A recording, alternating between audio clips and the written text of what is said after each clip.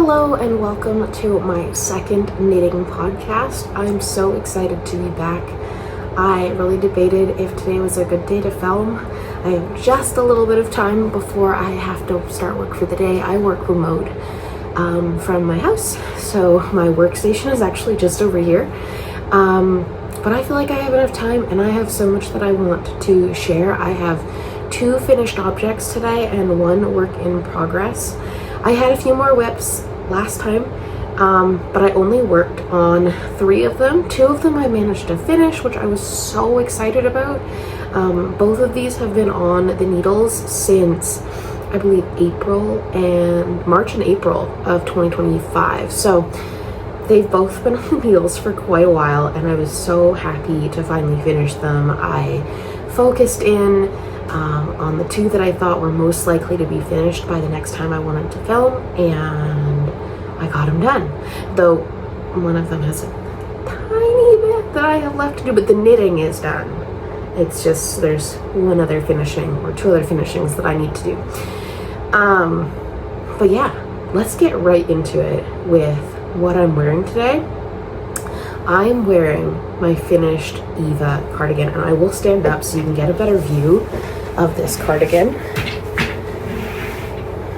Now, I haven't woven the ends in down here, but all the other ends are woven in, and I haven't added buttons yet, so that will come.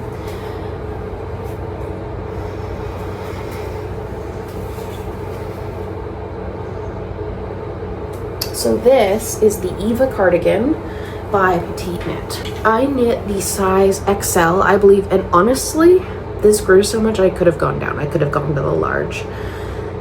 I don't know why I've not learned my lesson with Petite Knit and her excessive ease, but I feel like I always make a size too big. Now, that being said, this is a cardigan that I wanted for everyday wear and for throwing on anytime around the house, just when I need an extra layer. And that's what this is for. And I think the oversized fit will do really well for that. I think that's a good thing to have. It's a good aspect of a cardigan that you just want to be a throw on. It'll layer over thicker sweaters, over any shirt. So in a sense, the oversized nature will work in my favor. It's just slightly bigger, especially in the sleeves. Like, you can't really tell from here, but the sleeves go well past my hand, and I have short arms, and I did 1 modification in the sleeves. I followed the same pickup rate for the underarm, and I followed the same decrease rate for the arms, but I decreased 1 less time and then just did an extra decrease right before I started my ribbing. So this was knit in Sandness Garn Peer Gynt in the color Almond Tweed, and I love it. It's a great color. I was worried it wasn't going to work well, but it seems to go nicely with my hair. And obviously, yeah, there's the all over tweedy bits throughout, which I love. The yarn was great to work with. I knit this up on a 4mm needle for the body, and I knit this with a 3.5mm needle for the ribbing. So I believe I got gauge, unless perhaps I haven't measured the gauge of this sweater. I literally just took it off the blocking mats this morning, and it was even slightly damp, but I was determined. I was like, I want to wear this, now's the time. So yeah, it grew a bit, I think, so maybe I was a little bit bigger gauge-wise. I've found that sometimes my swatch will lie to me a bit, and the weight of the garment will make it so that what was on gauge before stretches out and is then off gauge after, if that makes sense. But yeah, the Peer Gynt was good to work with. I think it's gonna wear really well. It's a little bit on the rustic side, but it's not too bad. I'm wearing this next to skin at parts, and I'm not bothered by it, so that's great. This took me, like I said, I cast this on in March, and then I did quite a few of the raglan increases, and Then I got home from the trip I was on. I cast it on while I was away, and I realized there was a mistake in my stitch count, and I felt so overwhelmed by trying to figure that out. I tried to figure it out once and it didn't work. I didn't get the numbers I was hoping for, so I just ended up putting it away. It was spring. I was kind of getting ready for summer knitting, and I just didn't feel like the time. And so I picked it up like a month ago after not having touched it for months. And I decided, you know what, like summer's coming to a close. It's going to be time where this is going to be so wearable. Let's just get going. Let's move on it. So I figured out the stitch counts. I made a few adjustments because I think I'd been like a little bit off on my increases, and I managed to fix that without too much trouble. I didn't even need to rip back. I just kind of fudged where I increased and decreased and stuff. I think I'd do like one decrease where there was an extra stitch and there shouldn't have been, but it wasn't too bad, and I knew like it wasn't going to be noticeable in the finished object, so I wasn't worried. And this is a top-down, I want to say compound raglan construction with a contiguous sleeve, which was new to me. That was a new construction. Like the raglan wasn't, but the contiguous portion of the sleeve, it's almost a saddle shoulder, sort of. I don't know if you can tell. It didn't block out as flat as I wanted, but there is quite a bit of fabric here. But you can see here that you work almost what is like a saddle, and then you pick up the sleeves and continue to work the raglan going down there. So it was a new construction to me, but I think it went really well. I think it has a reasonably good fit. Like I said, there's a lot of fabric here, and even like this is not that it just was puffy while blocking, it's just a seam almost.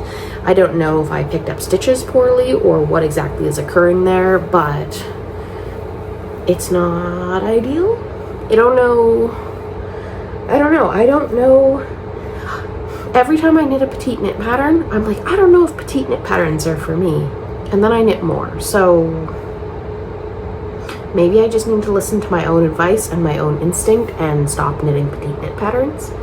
But at the same time, I love so many of her designs, and every time I pick one, I'm like, well, this one will be different. This one will fit better. So I don't know. Maybe it's just me. Maybe I'm the problem. But yeah, this is my Eva cardigan. This was the first time I did buttonholes. That was new, and honestly way easier than I thought. I was so nervous. I'd been putting off the button band because I was like, I have to do buttonholes and I don't know how. And I did them, and I was like, oh, I was fussing over nothing. That was not that hard. That was not that difficult. So buttonholes were not a challenging thing. It was just like a few, you bound off a few stitches, you cast a few more on, and you move on.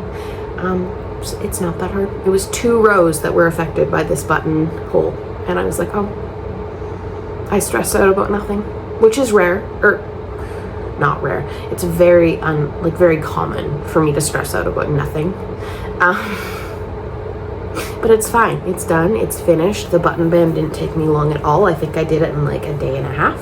So that was great. But yeah, this is my Eva cardigan. I just have to weave in a few ends, and and buy buttons. Those are the 2 things that I have to do. I was really good. I wove in most of my ends as I went. But there are like 2 on the button band that I haven't gotten to yet. But I was like, I'm not going to let 2 ends and a lack of buttons stop me from filming this podcast. I wanted to show off the cardigan. I wanted to get this filmed. I've been thinking about it for a couple of days, and I feel like I have enough progress. So it's a good time. It's a good time to do it. So that is my Eva cardigan. Oh, and it took me 14 skeins of the Sandness Garn Peer Gynt for the size XL. I believe she has you buy 15, and I only used 14. Now, part of that's probably because I shortened the sleeves, so 15 probably would have been spot on. But because of my modifications, it's just not quite as big. So I have 1 extra. And I have no idea what I'm going to do with 1 skein of Peer Gynt. I just don't have a clue. So I've already been talking for like 10 minutes and my throat was absolutely parched. So, water. Okay, so that was my first finished object. I finished that yesterday. Like I said, it just came off the blocking mats. I actually don't have blocking mats, so that's kind of true. I have a big giant piece of cardboard and I put towels over top of it, and I have pins and they work, they stick into the cardboard. So if you don't have blocking mats, don't fret. There are ways around it. I just haven't gotten to buying them yet. I've been knitting for over a year and I just haven't gotten blocking mats yet. They're on my wish list. I really want to buy blocking mats, and I really like to buy those pins that have like 5 or 6 pins in the one comb. I only have the little, like, not T-pins, but they're like a little U shape. And they're great, but they bend really easily, and I have to use quite a few of them to block the same area. Whereas if I were using the combs, I would be able to use quite a few less, and it would, I think, just make the process a little bit easier. But I haven't gotten there yet. One of these days, I will have proper blocking mats, and I will have proper blocking combs, and it will be golden, and I will wonder why I waited so long. So typical of me, though. So typical. Anyways, moving on to my next finished object. This, I'm gonna back up so you can see it, is my Eva Hood, or Evie Hood. Sorry, Eva, Evie. It's hard to differentiate to my brain. But this is my Evie Hood, and it's a little dark. There we go, it's a little bit brighter there. So this is this beautiful star stitch with a double knitting around the edges. So it's knit bottom up, and you start just knitting flat around the whole circumference of the hood, back and forth, until you get to the point where you're going to start decreasing, and then you knit half at a time and just work up kind of like that until you get to the top, and you Kitchener stitch the top, and like you Kitchener stitch the entire 2 panels together. I will admit my Kitchener stitch needs some work, but it doesn't really show because of this star. I want to lay this part flat. It doesn't really show because of the star stitch. It just kind of blends in there. But you can take my word that my Kitchener stitch needs a bit of work. The star stitch was a bit hard on the wrist. I definitely had to take regular breaks. Like I couldn't knit like row upon row.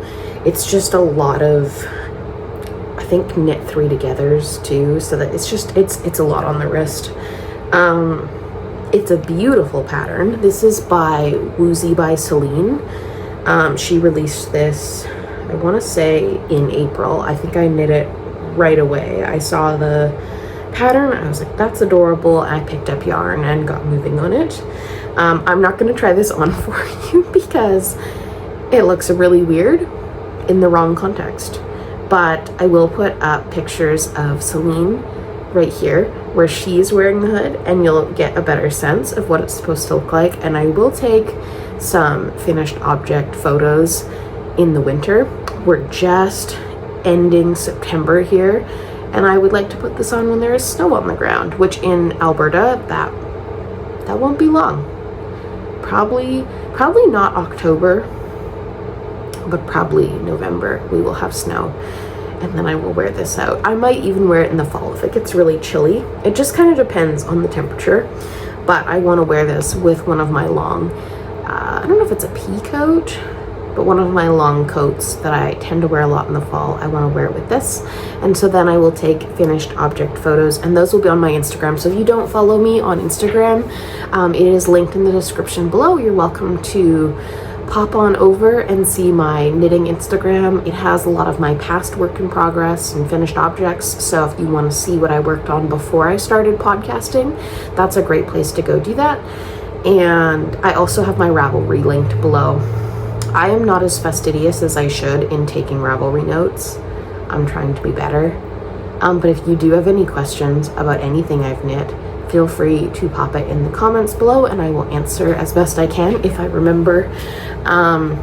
Which I think I have a pretty good memory when it comes to the projects I've knit.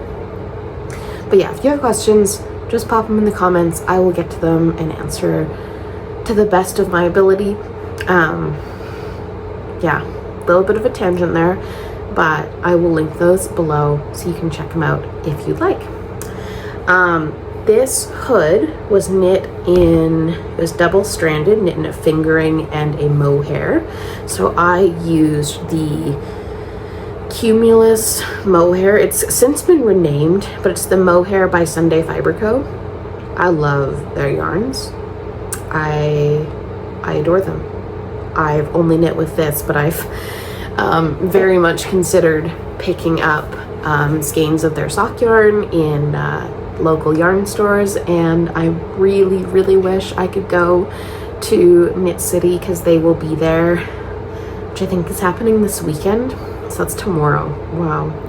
And I saw them setting up, and she's got part of the Grand Palette, which was her most recent collection, there for people to purchase, and I was so sad I couldn't be there, but I live in Alberta, and I think Knit City is coming to Calgary next year. So hopefully I will be able to go then, and hopefully she will be there, because I love her yarn, and I would love to put it in an actual garment rather than just an accessory. But this was a really good jumping off point. I believe this skein was about $40 Canadian for 50 grams, which was about 400 meters. So I have leftovers. I'll put on the screen how much of this I actually have left over, because I haven't weighed it recently and I don't have that. I'm not working with notes today. We're just going by memory because I wanted to get this done before work. And so I was ill prepared and I didn't write myself notes, which I probably should have, but that's a problem for future Celeste when she edits this video and realizes she forgot crucial details. It's okay, not my problem. It's hers. But yeah, this was the Cumulus Mohair by Sunday Fibre Co. in the color Rosy. The camera doesn't ever pick it up the way I hope it will, but this mohair is so soft. There's no issues with the core being white and the fuzz being the dyed color. It's very uniform. I had no issues with the entire process. It wound beautifully, and some people were like, oh, mohair is terrible to wind. This wound beautifully. I had no issues. I didn't experience any breakage. I loved it. I would 100% recommend this and work with this again. It was amazing quality. And then for the most part in this hood, the sock yarn that I used was Ancient Arts Socknado in the color Besch Pebbles. Oh, and my ties look really wonky because I've had them tied for so long. That's okay. The tricky bit with this is I ran out of yarn, and I had to look in my stash and figure out what I could replace the Ancient Arts with. And I was really worried because the only thing that I had was this yarn here, which is by Campfibre yarns. They are local to Alberta, which is really cool. Both Ancient Arts and Campfibre are located in Alberta, which is so fun to support local. This is a mini skein of their soft sock fingering, which is 85% superwash merino and 15% nylon. This is 72 meters, which is 20 grams. Well, not anymore. I used some of it. But this is a lot cooler toned than the Ancient Arts was. So I really wasn't sure if it was going to be a very obvious and drastic change when I actually knit with it, especially because I had to transition partway through the I-cord tie, or the double knit ties. And honestly, I barely noticed. Yes, I was looking for it, so there was some noticeable difference.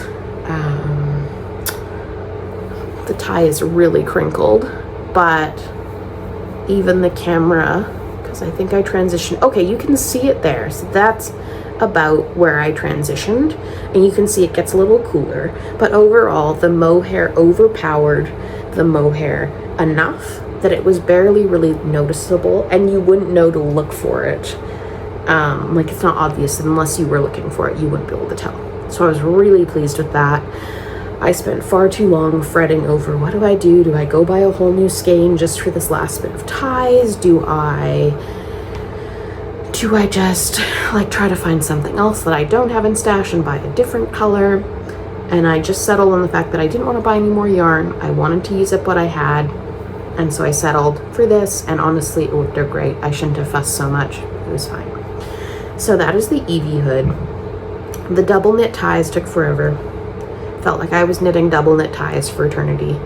And then they were done, and the project was done. And I was so incredibly grateful to have been finished, because I don't ever want to knit double knit ties again. I know I will, and I probably won't hate it when I do, but this felt eternal and very much worth it. This was not a process knit. This was very much a, what do they say, a product knit. I love the finished object, didn't like the process. But the pattern was so well written, so if you like Rosy by Celine's patterns, I would recommend. She does a brilliant job. Her designs are unique and fun. She has a couple of sweater patterns, a couple of which I'm maybe a little interested in knitting, but this was my intro to her and I loved it. I would 100% knit her patterns again. It was super clear. It was reasonably priced. It was very easy to read. And honestly, like, her personality seeps into her pattern writing, which I thought was so cool. I don't think I've ever really noticed that before, maybe because I don't watch other pattern writers all the time, but it felt like you were almost like sitting down for coffee and she was explaining it, which I thought was so fun, and it made it more enjoyable to knit this project and to work up this piece. So that is my Evie Hood. Get that right, Evie Hood by Rosy by Celine, knit in a fingering and a mohair. It was beautiful, and I never want to knit it again because it hurt my hands. But yeah, that is my second finished object for this video, and I only have one work in progress that I've actually worked on since the last podcast. I still have other things on the needles, but I only wanted to talk about the work in progress that I've actually made progress on. Okay, so my next work in progress, or my only work in progress for this video, has made some progress. Wow, that is really redundant. Has made some progress since I last showed you. So this is my Easy Color sweater. It is a top-down raglan all over stranded colorwork sweater, and I'm knitting it in, oh no, I've now forgotten what I'm knitting it in. I remember the colors. It's in color red and Ecru. Oh, I remember what this is. This is Haynes Creek Heathers. This is their Aran weight yarn. This is 100% Highland wool. I believe it's milled in Peru and then dyed in Alberta, which is so cool. Again, a local dyer. I picked this up in the Fibre Nook in Edmonton, and I love working with it. It's really easy to work up, and it feels very durable. I feel like it's gonna last forever. And I am maybe probably a quarter of the way through the raglan increases, and I made the modification of not knitting the raglan stitches in pattern, and I think it looks good. I didn't really consider how it might look with, I don't know if you can see, obviously there are portions next to it in the same color in the red, and I was a little worried it would start to look squiggly almost, like normal and straight when there was just the white next to it, and then a little bit weird when the red was next to it. But I have noticed that the raglan portion, like if you look at it kind of from an angle, you can tell that the raglan sticks up a bit, so I'm hoping that that will be distinct enough that once it's all the way through, it won't look squiggly. It won't look like it widens at points when there's the red next to it. But this has, like, I got a little bit of work on this earlier on, but once I locked in on the Eva Cardigan and the Evie Hood, I kind of put this to the side just because I cast this on so recently, and I wanted to get some of my more lingering, long-standing whips off the needles. But I do intend to jump back into this shortly. This, and I mentioned it in my last podcast, so if you haven't watched that, you can go watch it. I'll have the link down below. my last podcast, I mentioned my Fancy Akapa socks by Stone Knits. Those are kind of one of the whips that I'm really anxious to get off my needles. So I feel like this and those socks will probably be my like top 2 priorities going forward. This pattern is by Easy as Knit, and I'm loving it so far. I think the all over color work is interesting and engaging. The pattern repeat is really easy to memorize, so I can easily knit on this while I'm watching TV. My husband and I are actually watching the show Face Off. I mentioned before, I'm a big hockey fan, and Face Off follows, I want to say like 10 or 11 players throughout the 2023-2024 season, I want to say, for the first season of the show. And we're rewatching it because the second season is coming out on October 1st, and I'm very excited about that. It follows players throughout the 2024-2025 season, which obviously just finished, and I think that's going to be really interesting. There's a lot of fun storylines they've picked for that, and I've only just seen the trailer, but as a Flames fan, I think it'll be a little bit fun to watch. No, that's so bad. I should not wish another team lose the Stanley Cup, but at the same time, the Battle of Alberta is rather a fierce rivalry in hockey. I don't know what the polite thing for me to do is, but as a Calgary fan, I can't say I was super disappointed when Edmonton lost. Do with that what you will.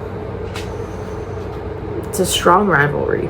Anyways, long tangent, but I'm watching that show with my husband, so I imagine this will come with me because the color work for the sock is a lot more detailed, and this less so. It's very simple. It's the same thing over and over and over again, and the monotony of the stockinette is just broken up by the color changes. So yeah, I'm really enjoying this. I am knitting a size, oh no.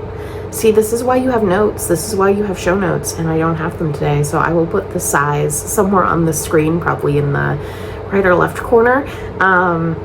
I'll tell you what size I'm knitting, as well as any other details. I am currently knitting this on a 4.5 millimeter needle, and I think I knit the color on like a 4 millimeter needle or a 3.5. I don't remember. Again, I'll put it on the screen because I have forgotten. I've actually got this really adorable, let me see if I can get the, oh yeah, there we go. It's turning, but this is a stitch marker from, let me read the, oh yeah, Firefly Notes, and I was actually gifted these as part of a Secret Santa. They're so cute. I love them. I love using them, and so I try to use one as my beginning of round marker in most of my projects. I just think they're adorable, and I think the other stitch markers that I'm using to mark my raglan increases just came with my Chow Goose, so that's that. But yeah, I feel like there's not a ton to say about this sweater that I haven't already said. Yeah, it's by Easy as Knit, and it's all over, top-down raglan, stranded color work. It's pretty straightforward. It is a double folded collar, and it's so squishy. Like, this is going to be so comfortable. Oh, there are no short rows, and I'm not sure how the fit is going to be without short rows. I'm a little nervous that it's going to feel a bit high, but at the same time, I wear a lot of turtlenecks, so I don't think that'll be a game changer or a deal breaker for me. I think it might just take some getting used to, and maybe it'll probably be better for really cold days, just because it is an Aran weight wool, and being all over stranded color work, it's double the thickness because you're obviously carrying your float for the other color that's not being knit with behind. I'm not sure, but I may need to learn the technique of ladder back jacquard for carrying my long floats, because there are a few portions, because I'm doing the raglan stitches. I'm going to try and turn this inside out without dropping any stitches so you can see the floats, and I can maybe explain what I'm talking about. But here, there are some longer floats, and I'm a little nervous that that will become problematic. So far, I think I've managed to tension them well enough that they're not going to be an issue. The rest of the floats are quite short, and I've had no trouble keeping them reasonably neat. But those along behind the raglan stitches, those are a bit longer than I normally like. I think sometimes as much as 9 stitches, which feels like far too many. So I may need to, at some point, try and force myself to learn a new skill and learn ladder back jacquard. But I'm still deciding if I can live with those long floats or not, and if that's going to be fine for me to continue going forward. I really don't think there's anything else to say with this sweater, and I've already been chatting for quite a while. I've already talked a little bit about my future plans going forward. It is officially fall. We've actually got a pumpkin just in the window up there. You can't see it, it's not in frame, but it's really cute. We actually grew it ourselves, which was so fun. And I say we, it was all my husband. I did nothing. In fact, I'm pretty sure I was supposed to do some weeding and I didn't do it. So I was not helpful. I do not have a green thumb. Gardening is not my favorite. I like what it produces. We grew carrots and we grew zucchini and we grew pumpkin. We also grew some peppers, which we got to use, and I honestly didn't think we were going to get any. We grew some lettuce. So we had a pretty productive garden overall. I just didn't help at all. I was not a good helper in that regard. My husband did all the work. But yeah, it's fall here, so it's getting a little bit chillier. We've stopped having 30-degree weather, which I am eternally grateful for.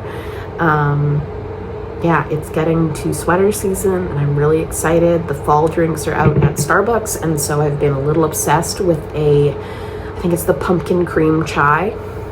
It's my go-to drink now. I don't know if I'll ever get a different fall drink. I've never been a huge fan of the PSL, the pumpkin spice latte, but the pumpkin cream chai, best drink. So good. And I may change my mind because I do love the sugar cookie oat latte that comes out for Christmas.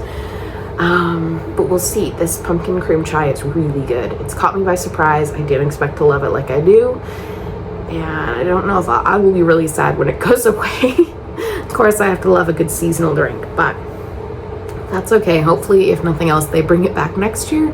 And honestly, probably good for the wallet that it's not there year round. Otherwise, I would go broke because I really like it and I really love ordering it. And yeah, I'm looking forward to knitting in the cooler months, even though I knit quite a bit in the summer. It's very much the time to hunker down and get cozy. Hockey is starting back up, so we watch tons of that, and it's a great time to get some good knitting in.